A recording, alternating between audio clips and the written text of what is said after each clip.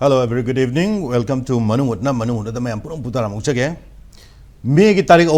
2023 May की तारीख से चुरचामपुर की लाइव जगह की hall scheduled tribe status demand maintain Chamba यानी कि है यानी peaceful होइबा शांति होइबा अदुम्बा कोई रैली में खकने है बिनी तो वो रैली इसी ना मशीन escalate तौर में तुंगा violence वाला में तुंगा नसीब फाव चाहिए हम मपुंग फार कर दौड़बा अदुम्बा कांगलुप अनी होइबा इरांग मुखक ओहनगिबा चुरचामपुर की May 3 की रैली नी अदुना हौजिक तोंगान तोंगानबा कोई कांगलुप अनी की मरक सिदा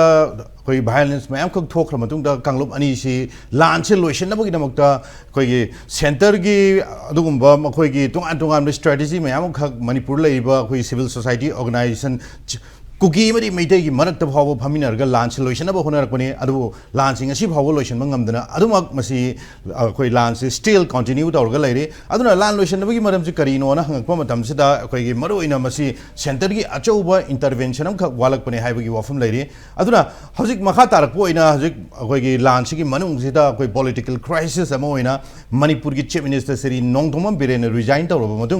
मणिपुर प्रेसिडेंट रूल फेब्रुआरी की तारीख 13 तंक अनिरक थोकना extend तौर मतुंगा लाइव फेब्रुआरी की तारीख 12 चाही मपुंग फारक दौरबनी प्रेसिडेंट रूल हेक थमकपदगी हौना मणिपुर लेरिबा हाना पालंबा लीडर्स मैम ककना मणिपुर लेंगाक सुंगसोय सोयदन सेमगने अनदर 15 days 20 days दा हाइरम वाफम ले तवरबो हारिबो वाफम सिसु चाही एक्सटेंड तौरे अदुना हजिक अखोय लेबाक मैम प्रजा अमदे अखोय लेरिबा लीडर्स सिंग थाजबा मदि सेंटर की लाइव मियेंग से मणिपुर पॉपुलर गवर्नमेंट सुंगसोय सोयदन सेमलगनी हाइबगी वाहो मखक हजिकसे कुकी लेरिबा जाति की मखोय की कम्युनिटी की मनुंग सिदा यामना का हेनबा हजिकसे अकनबा प्रेशर खक लाए इन व्हिच फॉर्म हजिक करीगुम्बा मणिपुर सरकार सेम तारगदी कुकी की एमएलए मखोई तरा याव यारोय हाइदन तोंगान तोंगान कुकी जो कम्युनिटीज की मखोई की लेरिबा सीएसओ की तोंगान तोंगान मिफम मैम खक्ता मखोई की ओइबा डिसीजन हम खक लौगिबा लेरे अदुना हजिक मखा तारपोइना मैतै की हजिक लेरिबा खोई की मणिपुर की सरुक सिदा पॉपुलर गवर्नमेंट अमा सेमक मतमदा हजिक कुकी जो की मखोई की लेरिबा एमएलए तरा याव यारोय हाइदन ngasisu amuk रैली अमुक यामना खोई की अंगको मवंग रैली अमुक सिंजले मणिपुर सरकार सेम्बरगदी मखोई रैली हजिकी रैली मरुओइना मखोई पानम से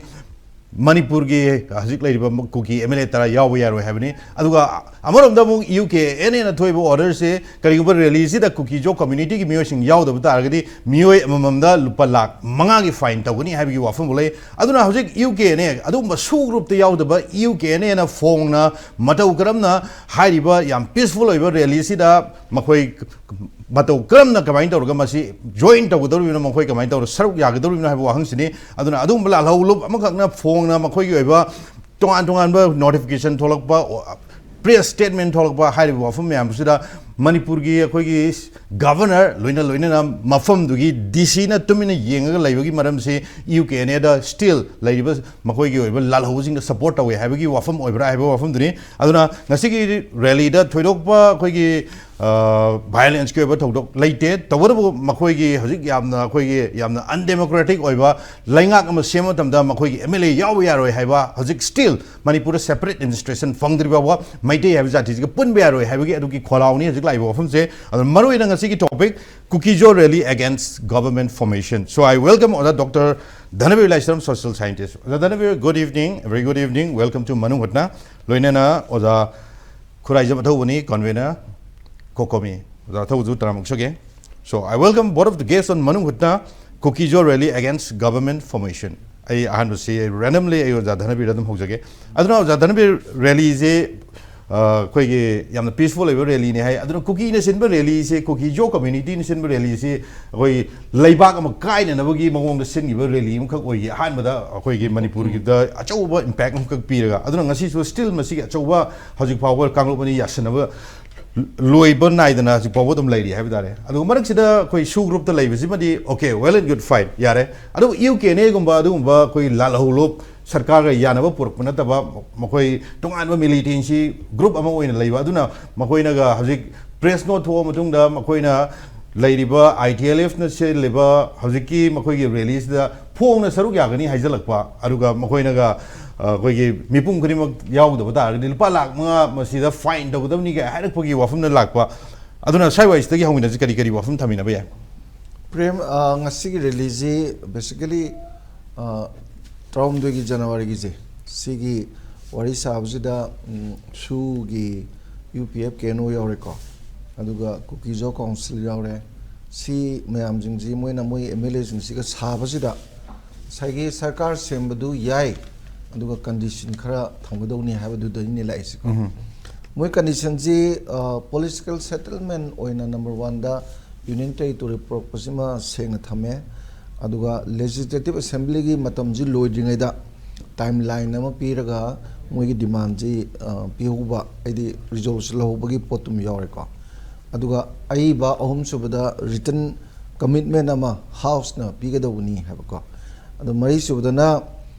yadadi lengak semba yawdaba habani adu manga subadana general election 2027 mamangda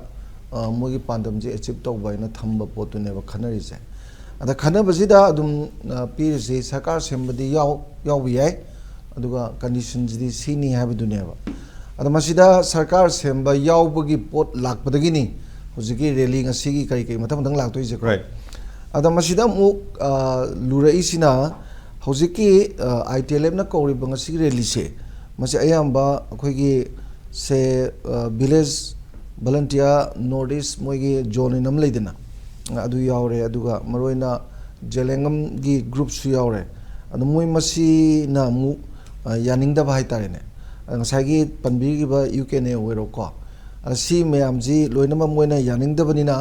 moina maire ji moina khali je MLA jinga su da lei ba jing jina masina kai gum lengak semba yoksin gradi problem wer kani haibagi mamidu tarakna moi je kanglup amane yaba kanglu amane yadabagi mong dong nang pinari neba sida moi sida separate mission pini haibagi yaba pidi phawdi lengak semba yaro ji sengna thamego moi gina adu adi ngasagi laiba kano se khoi gi conflict se adum stalemate oina leibagi mong duneba laise adubu sida khoi gi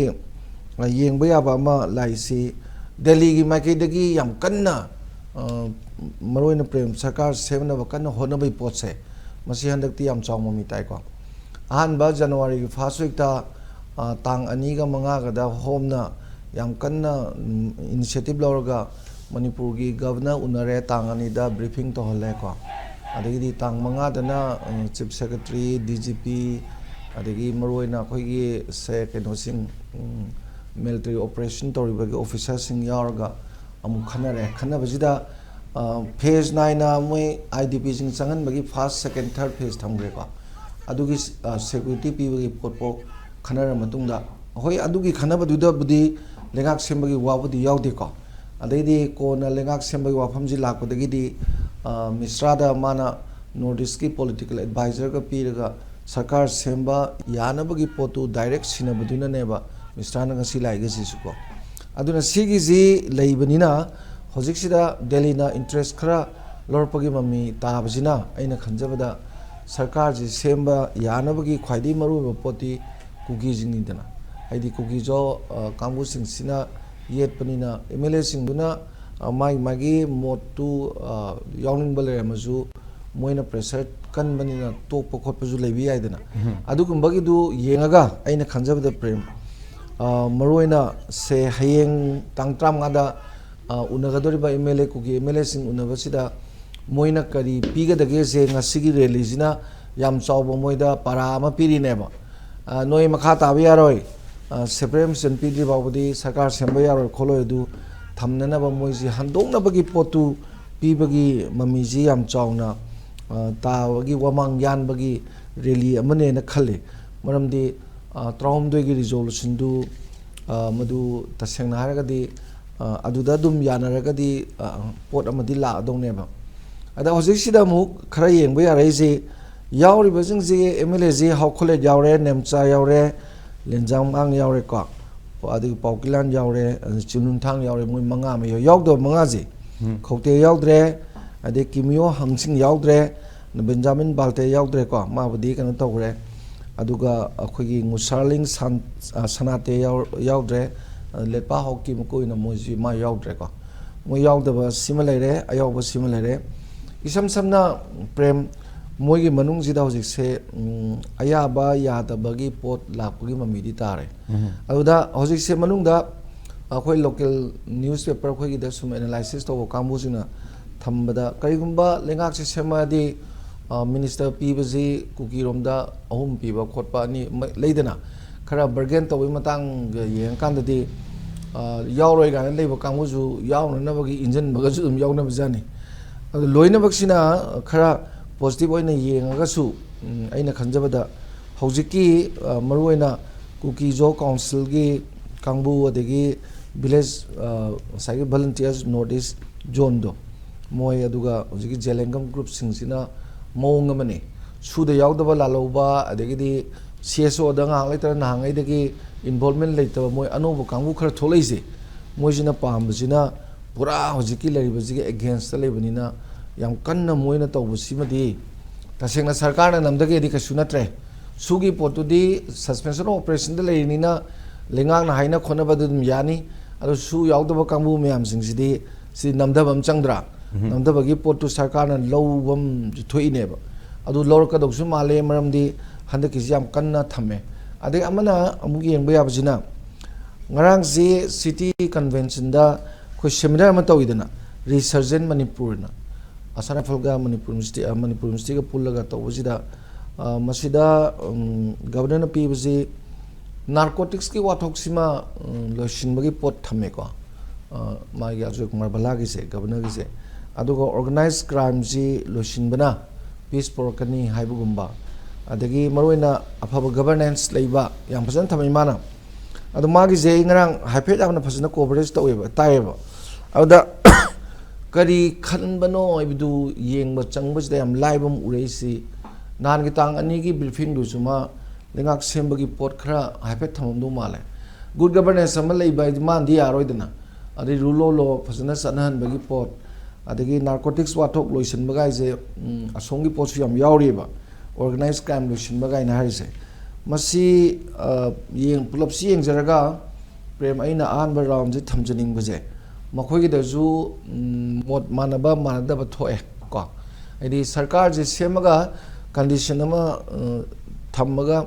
ꯁꯔꯀꯥꯔꯁꯦ ꯌꯥꯎꯁꯤꯟꯕ ꯍꯥꯏꯕ ꯄꯣꯠꯇꯨꯕꯨꯗꯤ ꯀꯩꯗꯧꯉꯩꯗꯁꯨ ꯑꯦꯁꯦꯝꯕ꯭ꯂꯤꯅ ꯔꯤꯖꯣꯜꯨꯁꯟ ꯂꯧꯔꯣꯏꯗꯅꯀꯣ ꯂꯧꯔꯣꯏꯗꯕ ꯄꯣꯠꯇꯨꯗ ꯂꯧꯒꯗꯧꯕꯅꯤ ꯑꯗꯒꯤ ꯃꯥꯒꯤ ꯇꯥꯏꯝꯒꯁꯤ ꯑꯩꯈꯣꯏ time ꯂꯥꯏꯟꯗ ꯄꯤꯗꯅ ꯇꯧꯕꯁꯤ ꯑꯣꯏꯔꯣꯏꯗꯕ ꯄꯣꯠꯅꯦꯕ ꯑꯁꯦꯡꯕꯗꯤꯀꯣ ꯑꯗꯨꯒꯨꯝꯕꯗꯨ ꯊꯝꯃꯒ ꯌꯥꯎꯁꯟꯕ ꯌꯥꯕꯒꯤ ꯄꯣꯠ ꯀꯟꯗꯤꯁꯟ ꯈꯔ ꯊꯝꯃꯒ ꯌꯥꯎꯁꯜꯂꯛꯄꯒꯤ ꯃꯑꯣꯡꯗꯨꯗ ꯐꯪꯗꯕꯁꯨ ꯌꯥꯏꯅ ꯈꯟꯅ ꯌꯥꯎꯅꯅꯕꯒꯤ ꯇꯧꯔꯝꯕꯁꯨ ꯌꯥꯏꯀꯣ ꯑꯗꯨꯒꯤ ꯄꯣꯠꯇꯨ ꯈꯤꯇꯪ ꯎꯕꯅꯤꯅ ꯑꯩꯈꯣꯏꯅ ꯃꯁꯤꯗ ꯁꯔꯀꯥꯔ ꯁꯦꯝꯕ ꯄꯥꯝꯕ ꯀꯥꯡꯕꯨ ꯁꯦꯝꯗꯕ ꯄꯥꯝꯕ ꯀꯥꯡꯕꯨꯒꯤ ꯌꯥꯝ ꯑꯆꯧꯕ ꯀꯣꯟꯐ꯭ꯂꯤꯛ ꯑꯃꯗꯤ ꯏꯔꯩꯗ ꯂꯩꯔꯕ꯭ꯔꯥ ꯍꯥꯏꯅ ꯑꯗꯨꯃꯥꯏꯅ ꯈꯜꯂꯤ ꯑꯩ ꯐꯥꯔꯁ ꯔꯥꯎꯟꯁꯦ ꯁꯨꯃꯥꯏꯅ ꯊꯝꯖꯒꯦ ꯑꯣꯀꯦ ꯑꯊꯧꯕ ꯃꯔꯨꯑꯣꯏꯅ ꯑꯩꯈꯣꯏꯒꯤ ꯂꯩꯉꯥꯛ ꯑꯃ ꯁꯦꯝꯕ ꯍꯥꯏꯕꯁꯤꯗ ꯍꯧꯖꯤꯛ ꯑꯩꯈꯣꯏꯒꯤ ꯂꯥꯟꯁꯤꯁꯨ ꯌꯥꯝꯅ ꯃꯔꯨꯑꯣꯏꯕ ꯌꯥꯝ ꯑꯅꯤꯁꯦ ꯌꯥꯝꯅ ꯑꯩꯈꯣꯏꯒꯤ ꯅꯛꯁꯟꯅꯕ ꯄꯣꯠ ꯑꯦꯔꯤꯌꯥ ꯈꯔꯁꯨ ꯂꯩꯔꯤ ꯃꯔꯝꯗꯤ ꯑꯩꯈꯣꯏ ꯂꯥꯟꯁꯤꯒ ꯃꯔꯤ ꯂꯩꯅꯕ ꯑꯩꯈꯣꯏ ꯃꯅꯤꯄꯨꯔꯒꯤ ꯂꯩꯉꯥꯛꯁꯤꯁꯨ ꯀꯥꯏꯔꯤꯅꯦ ꯍꯧꯖꯤꯛꯁꯦ ꯑꯗꯨꯅ ꯍꯧꯖꯤꯛ ꯑꯩꯈꯣꯏꯒꯤ ꯄꯣꯄꯨꯂꯔ ꯒꯚꯔꯟꯃꯦꯟꯠ ꯃꯔꯨꯑꯣꯏꯅ ꯑꯩꯈꯣꯏ ꯂꯩꯉꯥꯛꯁꯤ ꯂꯥꯛꯄ ꯇꯥꯔꯒꯗꯤ ꯍꯧꯖꯤꯛ ꯂꯥꯟꯁꯦ ꯑꯩꯈꯣꯏ ꯂꯣꯏꯁꯤꯟꯕꯗ ꯀꯗꯥꯏꯐꯥꯎ ꯃꯇꯦꯡ ꯄꯥꯡꯒꯗꯒꯦ ꯍꯥꯏꯕꯁꯤꯁꯨ ꯃꯁꯤ ꯁ꯭ꯋꯥꯏꯒꯤ ꯑꯦꯔꯤꯌꯥꯁꯤꯁꯨ ꯈꯤꯇꯪ ꯒ꯭ꯌꯥꯟ ꯇꯥꯗꯕ ꯈꯔ ꯂꯩ ꯃꯔꯝꯗꯤ ꯃꯃꯥꯡꯒꯤ ꯍꯧꯅ ꯀꯨꯀꯤ ꯃꯤꯑꯣꯏꯁꯤꯡꯅ ꯊꯝꯕ ꯋꯥꯐꯝꯁꯤ until and unless ꯃꯈꯣꯏꯒꯤꯗꯤ separate administration ꯐꯪꯗ꯭ꯔꯤ ꯃꯈꯩ ꯃꯈꯣꯏ ꯂꯥꯟꯁꯤ ꯂꯣꯏꯁꯤꯜꯂꯣꯏ ꯍꯥꯏꯕꯒꯤ ꯋꯥꯐꯝ ꯂꯩꯔꯦ ꯑꯗꯨꯒ ꯀꯃꯤꯡ 2027 ꯁꯤꯐꯥꯎ ꯃꯅꯨꯡꯗ ꯁꯦꯄꯔꯦꯠ ꯑꯦꯗꯃꯤꯅꯤꯁꯇ꯭ꯔꯦꯁꯟ ꯑꯃꯈꯛ ꯁꯦꯟꯇꯔꯗ ꯗꯤꯃꯥꯟ ꯇꯧꯅꯤ ꯍꯥꯏꯕꯒꯤ ꯋꯥꯐꯝꯐꯥꯎ ꯂꯥꯛꯑꯦ ꯍꯧꯖꯤꯛꯁꯦ ꯃꯈꯣꯏꯅ ꯑꯗꯨꯅ ꯍꯧꯖꯤꯛ ꯑꯩꯈꯣꯏꯒꯤ ꯅꯣꯔꯃꯦꯜꯁꯤ ꯄꯤꯁ ꯑꯦꯟ ꯅꯣꯔꯃꯦꯜꯁꯤ ꯂꯝ ꯑꯅꯤꯁꯤ ꯆꯪꯊꯣꯛ ꯆꯪꯁꯤꯟꯁꯤ ꯀꯗꯥꯏ ꯐꯥꯎꯕ ꯀꯃꯥꯏꯅ ꯇꯧꯔꯒ ꯑꯦꯛꯁꯄꯦꯛ ꯇꯧꯕ ꯌꯥꯏ ꯁꯔꯀꯥꯔ ꯁꯦꯝꯕꯁꯤꯒ ꯑꯅꯤꯁꯦ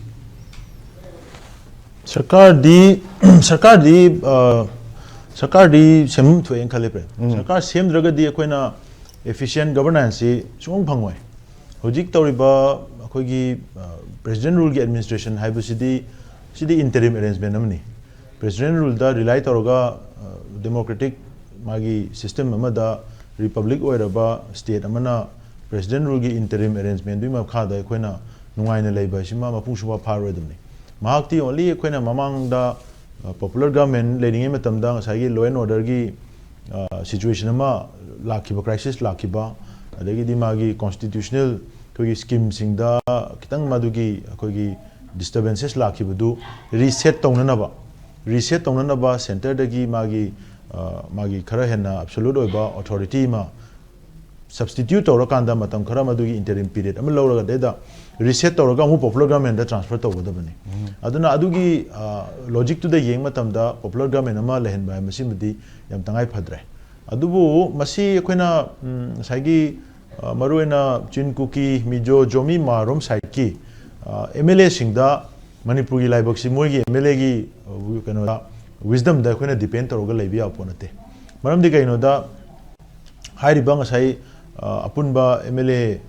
mokhoi hairiba maruena Churachandpur Kangpokpi adagidi Tengnopal ja ko sigi hairiba block home sidagi district home sidagi representative okadoriba khogi legislator singdo adugi marakta hujiki amuk nauna semgodoriba government sidesida adum yaning basu dum soina yarongani aduga Chikhang Khangdana separatist agenda se sina mang tharaga illaga makoi politics ma khata na tongnana ba or larger mogi vested interest achieve tongnana ba attempt to ba MLA su yauduni aduna haiba pochi akoina Manipur apun bagi interest inga kandadi out of 60 MLAs sidais da hoji only daisen piraka do ba maruina popular government reinstate to buda phong na tholaga daisen piba ngamduri sidi makoi MLA ani hum kai wari ni ana MLA ani hum dugi aya ba ngairaga MLA yankhai tare tuna miwin tharagtraga dioja asagi democratic institution do asagi popular mandate to adu do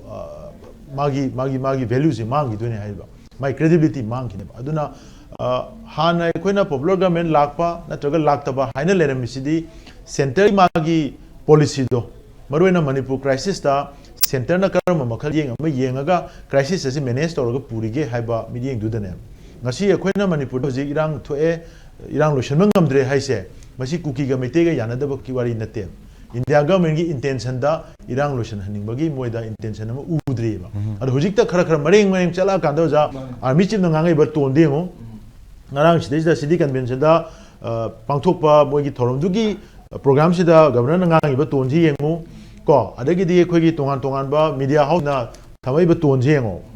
mayam se chama na mu sem kano da amu isine hana na mu chi kamlele ekta metei ga kuki ga gi exist se sidai sidai illaga metei kuki ge se una chana yadra badona hekta made da inkhat laga thamamine ba aduna ngarang nahan koi gi the hindu gi koi gi interview ba gi lowi ada moina lori si representative ani lowi amana Kuki-Zo council gi president aduga koi chongda ai gi lowi ani si moina punna toroga baja interview thadu eba punna phamaga to debate nate exclusively moi interview lawre president gi su lawre mai khangde thola kang khangbo ani are ai gi su interview to jegen moi lawki bane aduda interview lawri ba nupi se masu hindu da mana i ba article sing si completely khoi gi separatist agenda sida push tawraga meitei si demonize tawraga kuki na chathari ba kuki separatist group khara na chathari ba posi chumma manna pau ji hindu gi to pom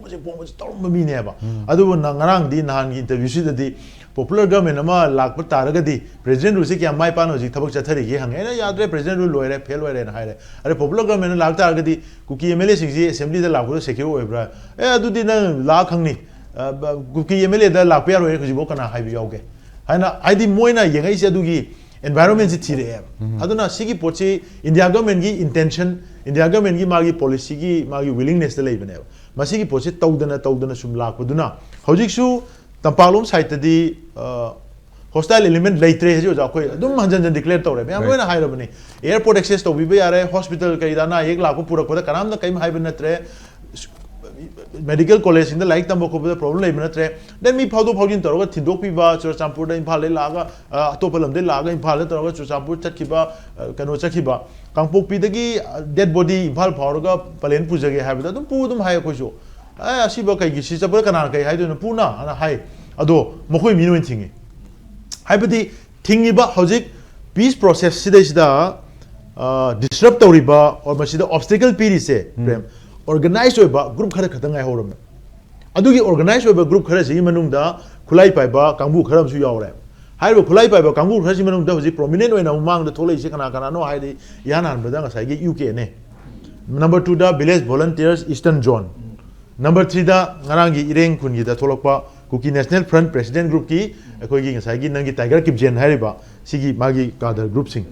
ko KNP hai se sigi kangu sineba but UKNA and village volunteer eastern zone sidi kanano these are proxies of proxy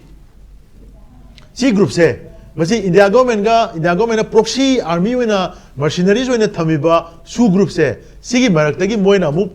extended proxy amane moi proxy amane moina sugi magi ground rule dugi magi parameters dugi wang with the land to tobe yadaba highway yadaba ngang be yadaba wa se moi proxy dong wangan mane okay prem si ko understand to done ana sigi whole design se sigi mastermind di kana no haidi government of India gi ministry of home affairs ki intelligence moi rogi policy ne si ko miyam acknowledge to go ne aduna until and unless government of India na sugi proxy policy si ma change to traba moina ground rule da handaki su extension torom dai di highway hang do pe condition apsale akhoi da convince to ni meyam da hairi ni natra then magi territorial integrity wa form apsale khulai khudimak deposit toroga CR nearest CRPF and BSF kem da deposit tawni ni yawe double lock tawni ni yawe kadar myam kem de ma pan tholo en yawe adu dinga irengi da toidu kari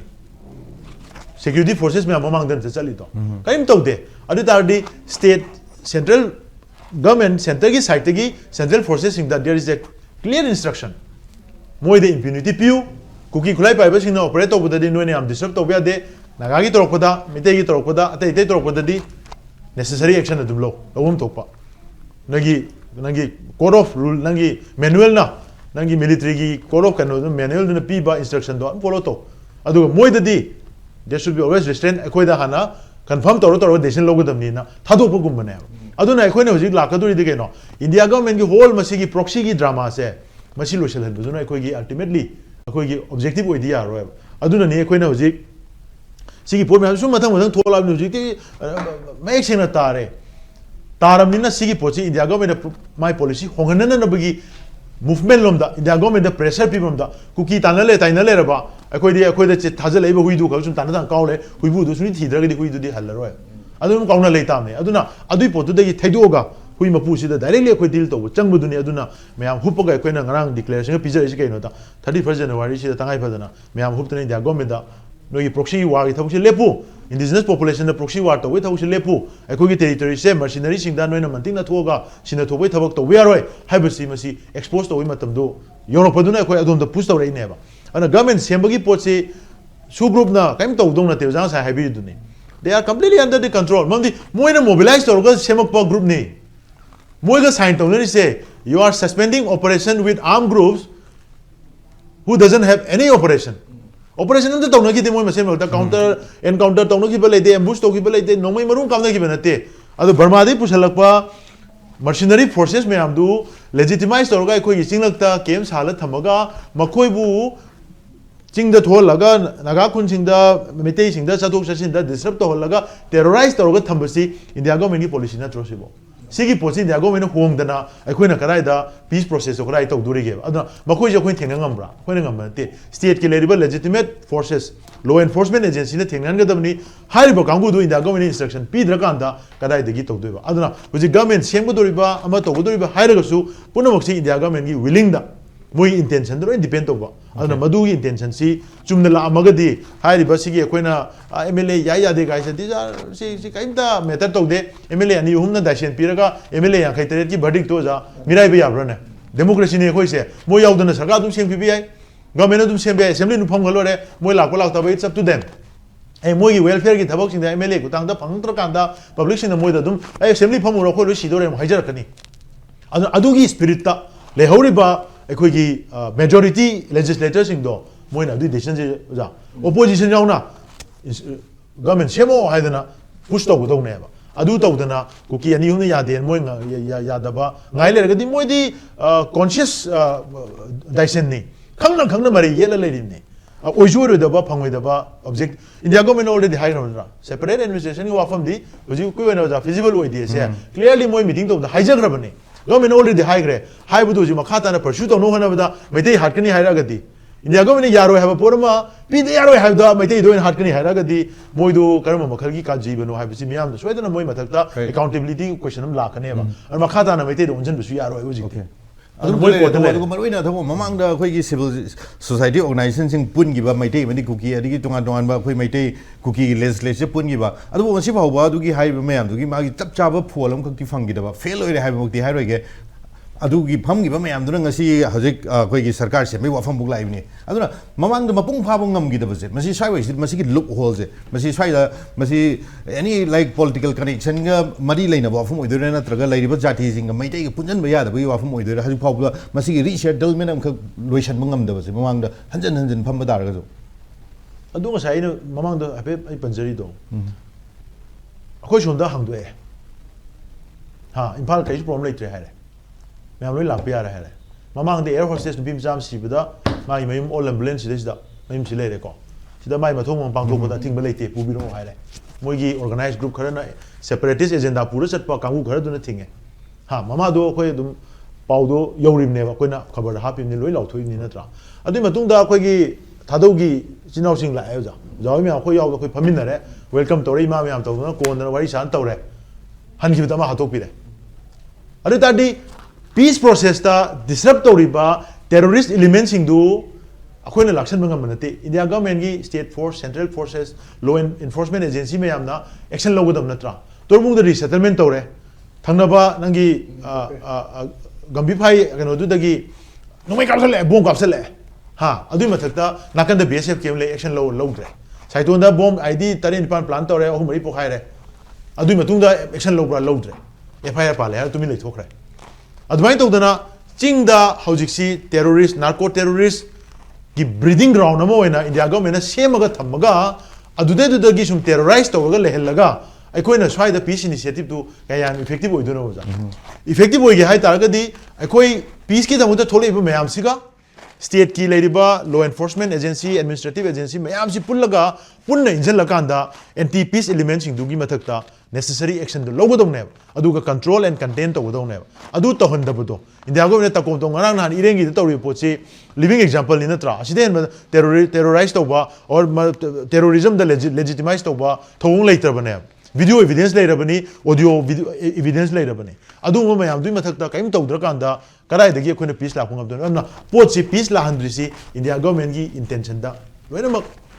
depend to buni na ina sai thum adu okay ai ahan bage round je ai oja dhan bi loisan ge adu second round je ai athob dagi mung jage oja aduna da ai roi lak jage aduna da maroi na khoina ji gieng je khoi sarkar sem ba je mathau tai hai ba area juma laire aduna sarkar sem ko matam da kuki MLA tara yaudru another akhoi amadi lai gidre 49 je majority we le sarkar de adum sem ba ya ba tara ba yaudu to ma to law kare okay aduna hojik khoi gi makhoi hana le mi ba minister je kangpok pi dagi ma laire technopolom dagi ma laire aduna hojik makhoi pare je minister ahum di phangwa ya hai ne aduna mamang da kari gumba chuchampur gi area je dagi hana already akhoi gi lairiba sarkar semak madam da minister ma lairam ba taraba minister ahum suram ba hana adu bitare hojik escalate toriba khoi violence masi khara pigda ba yarambra hana mamang gi sarkar semak madam dura already makhoi da minister ahum suram gadi maram de chuchampur area dagi minister laitaba area du dagi ni hore irang isu maram sungcha cha dana hai bitare aduna hojik minister ama chuchampurom dagi hapak pa yabagi area du ne hojik lai bu adai sai wai area de kitang naina birom adu prem adu mariam hena leinaroi okay mariam leinaroi di kano da moi minister gi potsi hojikti adugi issue du hen greba matam hen gre di kano da moina